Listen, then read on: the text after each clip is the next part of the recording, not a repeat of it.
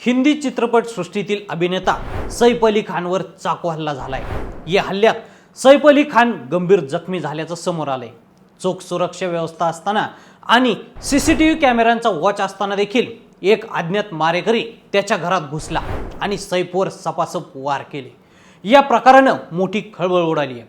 सैफवर हल्ला का झाला, याचं नेमकं कारण काय, त्यावेळी नेमकं काय घडलं होतं, पाहूयात या व्हिडिओमधून। हिंदी चित्रपट सृष्टीतील आघाडीचा अभिनेता सैफ अली खानवर रात्री चाकू हल्ला झालाय।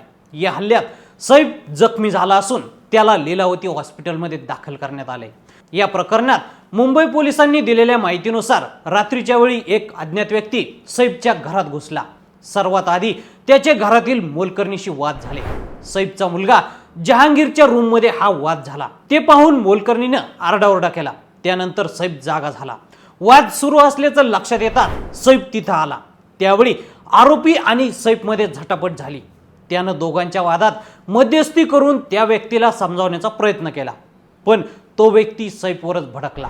रागाच्या भरात त्यानं हातातील धारदार शस्त्रानं सैफवर सपासप वार केले।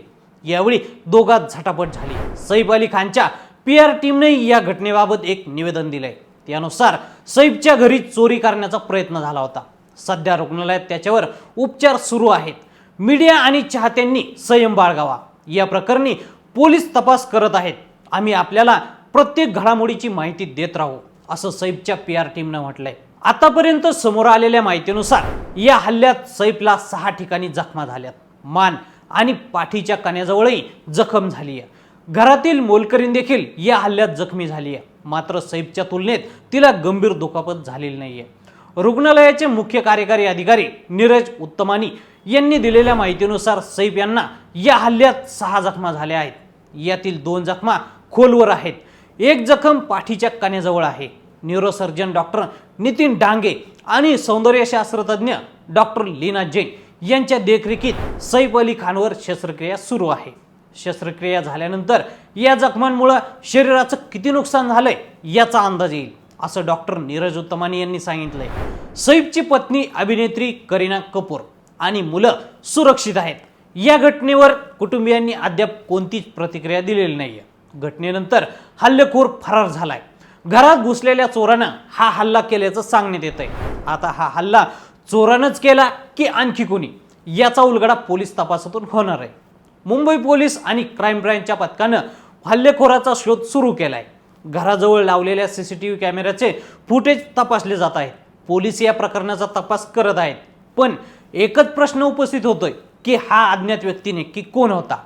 चोर होता की अजून कोण? हा अज्ञात व्यक्ती अचानक घरात कसा काय घुसला? मोलकरणी सोबत वाद घालत असताना सैफ त्याला शांत करण्याचा प्रयत्न करत होता, म्हणजे काही वेगळाच वाद होता का? घराभोवती एवढी सुरक्षा असताना हा व्यक्ती घरात घुसला, म्हणजे हा कोणी ओळखीचा व्यक्ती असावा का? हल्लेखोर बाहेरील कोणी होता की इमारतीच्या परिसरात आधीपासूनच काम करणार होता?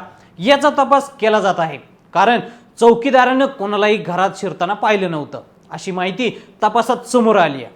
सैफच्या घरात एक पाईपलाईन आहे। ही पाईपलाईन थेट बेडरूम पर्यंत येते। याच पाईपलाईनच्या मदतीनं हल्लेखोर घरात घुसला असावा, असं पोलिसांच्या प्राथमिक तपासात वाटत आहे। तर मंडळी, या प्रकरणाबद्दल तुम्हाला काय वाटतं? आम्हाला कमेंट करून नक्की सांगा आणि असेच नवनवीन माहितीपूर्ण व्हिडिओ पाहण्यासाठी लेट्स अप मराठीला फॉलो करा।